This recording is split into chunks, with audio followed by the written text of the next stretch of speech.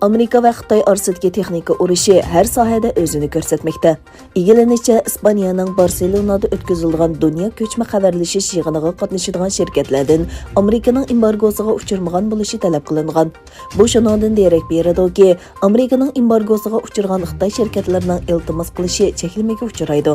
Mutaxassislarning qarashicha, bu Amerika-Xitoy texnika urushining xalqaro sahnalariga chiqishi ekan.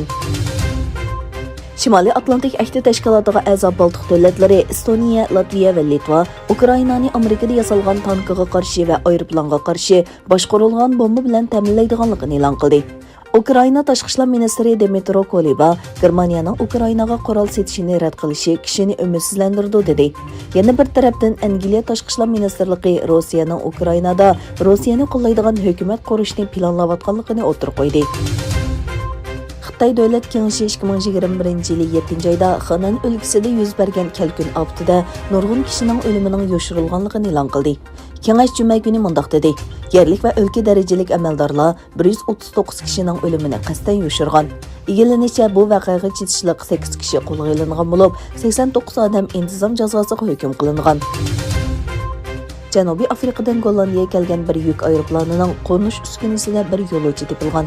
Gollandiya xon jamiyati harbiy soqchilarining bayonotida aytilishicha, bu kishining ahvoli yaxshi bo'lib, doktorxonaga yetkazilgan va bu haqda tekshirish boshlangan. Ma'lum bo'lishicha, Janubiy Afrikaning Johannesburgdan Amsterdamga o'rtacha uchish vaqti taxminan 11 soat ekan. Turkiya Olimpik komitetining oldida Beijing qishloq olimpik musobaqasini boykot qilish namoyishi o'tkazildi. 23 yanvar yakshanba kuni Sharqi Turkiston tashkilotlar birligining chaqiriqi va o'rinlashtirishi bilan 500 dak Uyg'ur Istanbul Otako'ydagi Turkiya Olimpik komiteti binosi oldida namoyish o'tkazib, kelar oy Beijingda o'tkazilgan qishloq olimpik musobaqasini boykot qilishga chaqiriq qildi.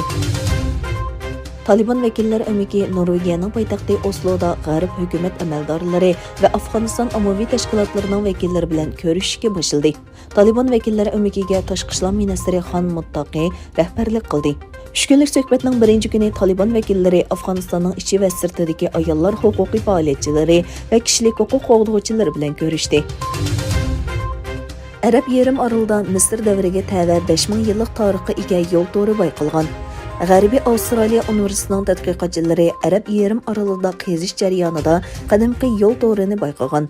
Mutaxassislarning so'ziga qaraganda, yo'l to'ri shuni isbotlaydiki, bu rayondagi aholilar ijtimoiy va iqtisodiy jihatda bir-biriga bilganimizdami bekerak bog'langan.